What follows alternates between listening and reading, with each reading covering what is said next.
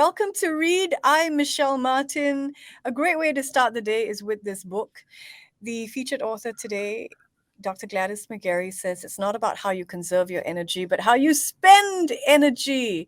Number of the day today is 102 here on Money FM 89.3 in honor of the centenarian that we're speaking to. My next guest is Dr. Gladys McGarey. She's a pioneer of holistic medicine, and she's here to share wisdom on simple practices that can completely transform your life. Her book is called The Well-Lived Life. Dr. McGarey, good morning. Thank you for Good joining us. good morning. It's nighttime here. Good evening over in Yeah. Arizona. Thank you for your time, Dr. Uh, McGarry. all right. Happy to do it. You co-founded the American Holistic Medical Association at a time when women could not even have their own bank accounts. We're all about money on this radio station. Is that right? You started this association when women couldn't have a bank account? Well, that was secondary. That it's just the way it was at that time. Whether we had money or not, we had to start the American Holistic Medical Association because we felt that something was really missing in our understanding of healing and what we were being taught in school about the technology and all of that. But it was all geared towards a war against disease and getting rid of pain. That's the whole focus was.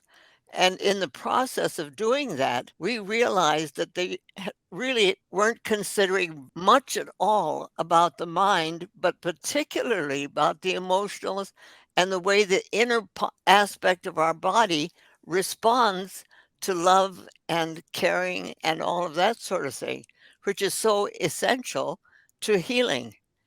And so the American Holistic Medical Association, when we started, it took us 2 years to really understand that what we were talking about was a dimension of healing that was different from what we were being taught. Astonishing. Gladys, you've had your fair share of struggles over the years, including surviving cancer twice, I Yeah. understand. What would you say to people listening in who may be struggling with, a difficult diagnosis? Well, don't give up on either the alternative aspects of healing or the one that is considered conventional. It will depend on what is available to you, what makes sense to you, and what you in your inner being can accept as the healing aspect for you. Because you can have 10 people respond to some healing process in one way, but then the 11th person comes along and they don't respond that way at all. So we're totally individual people doing our individual things. And like we digest our food the way we digest it, nobody else could digest it for us. We do the same thing with the uh, healing processes that we are offered and given to work with. To what extent does acceptance matter when you're given a diagnosis like cancer, for example? Some people say, don't let that in, don't think of it as a death sentence. How did you approach the diagnosis of cancer? And what do you think were some of the keys to being able to overcome that? Well, I think there are reasons for us developing diseases. And in my way of looking at things, it's more the message that the disease is trying to give us than what the disease actually is. I mean, sure, there are bacteria and there are cancer cells and there are different things, but what is the inner message that we're trying to get? My oldest son is a retired orthopedic surgeon, and when he'd finished his training, he came through Phoenix and he said to me, Mom, he was ready to start his practice in Del Rio, Texas. And he said, I'm ready to step out and I'm going to have people's lives in my hands. I don't know if I can handle that. And I said to him, Little Carl, if you think you're the one that does the healing, you have a right to be scared. But if you use the training you have, which is amazing, orthopedic surgery is amazing. Those of us need that kind of medicine. We need somebody who really knows and understands that whole process.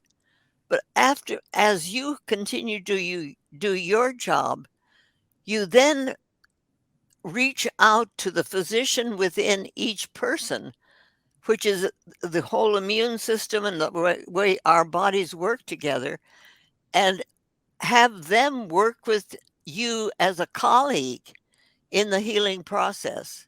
Mhm. Because no doctor actually heals another person.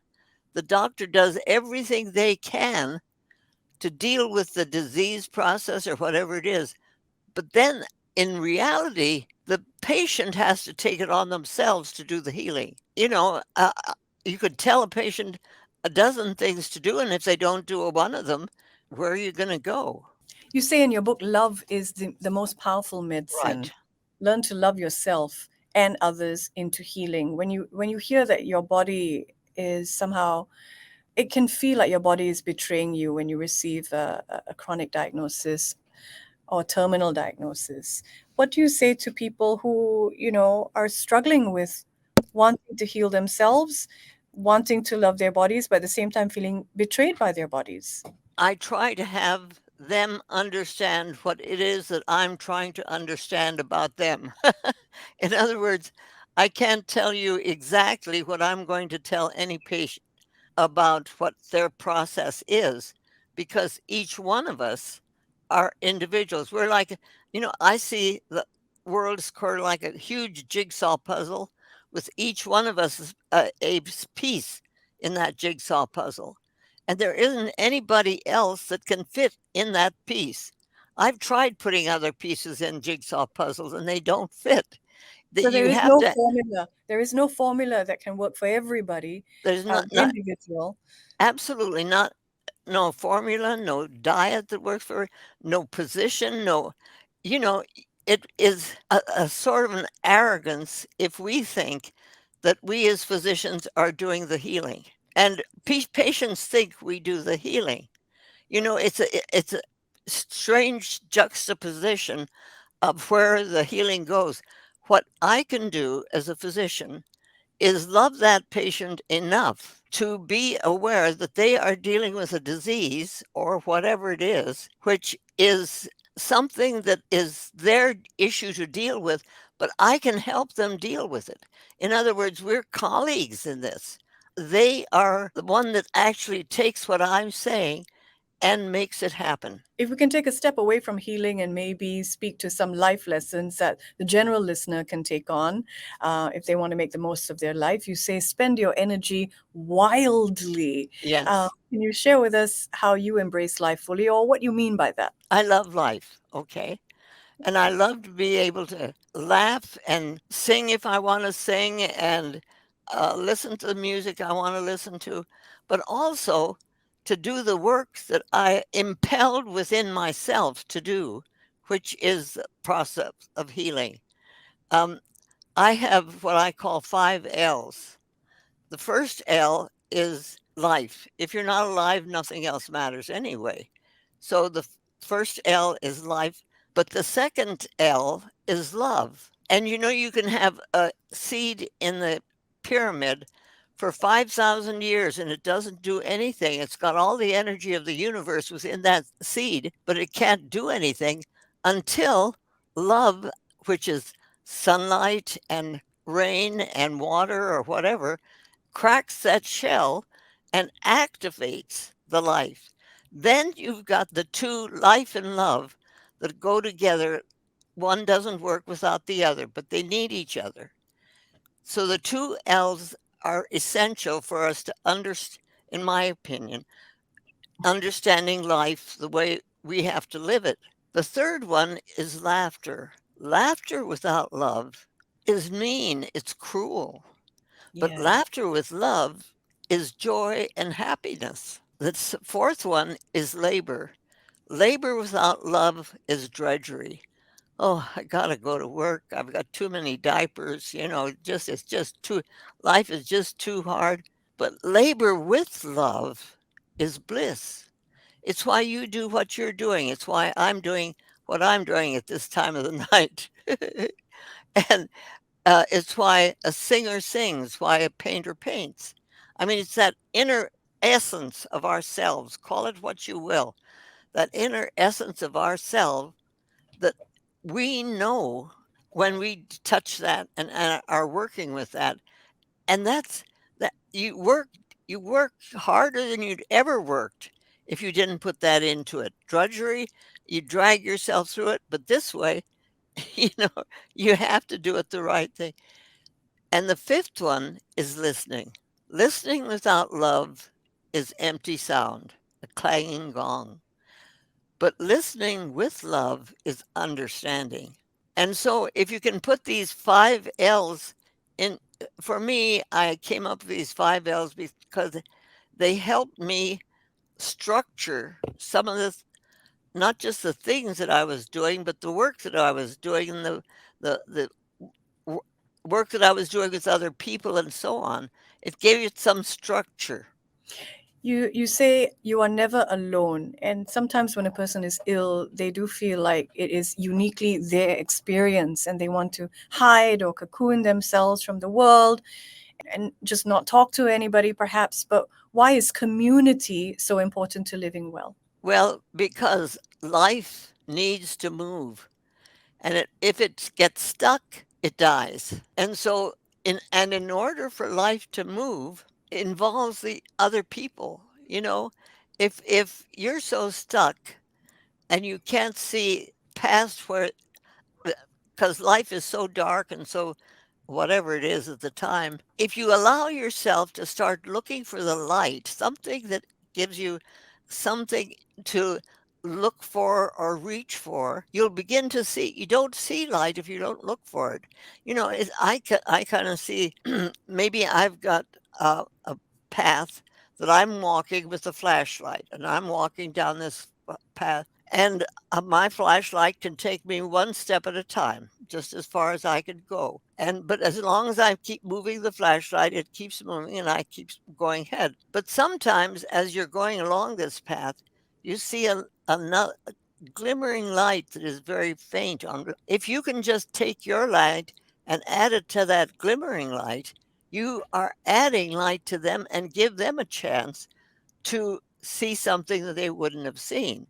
In other words, we are that interconnected that if we can just look for somebody that or a light that's not really bright or whatever it is, we'll see it. But if we're not looking for it, we're not going to see it.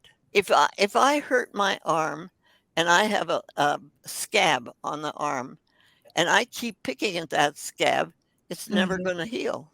Hmm. But if I can say to that scab, well, hello, hello, and you do the things you need to do, ointment or whatever, and then go about your life, you'll come back sometime and look at it and say, oh, I remember you. But there's no pain with it. You have a scar, but you don't have any pain with it now because you haven't just tried to get over the pain or whatever it is, you've lived through it. And the process of living through it transforms it. It makes it possible for you to keep on going. I have a friend who's an artist, and she's had chronic pain all her life. I mean, severe pain all her life. But she's an artist. And when the pain gets really bad, she grabs her paints and she paints everything. She paints her skirts, she paints her shoes, she paints the walls, anything that she can until what she calls until the paint becomes a painting, until she gets a ting that comes into herself so that now the pain is there, but she can deal with it. You see, it's Tremendous. that ability to keep living until you actually get to the point where you can see what it is that you're doing and you can go on. Keep going through the pain. Yeah, Incredible. Dr. McGarey, I have 1,000 other questions, but unfortunately, we're out of time on air. I want to thank you so much for your wisdom and you're for certainly sharing welcome. part of your evening with us. Thank I'm you. so happy to be here. Dr. Gladys McGarey is the author of The Well-Lived Life, 6 Secrets to Health and Happiness at Any Age. I'm Michelle Martin. You've been reading with me here on Money FM 89.3. Back to you in the studio. Money FM 89.3.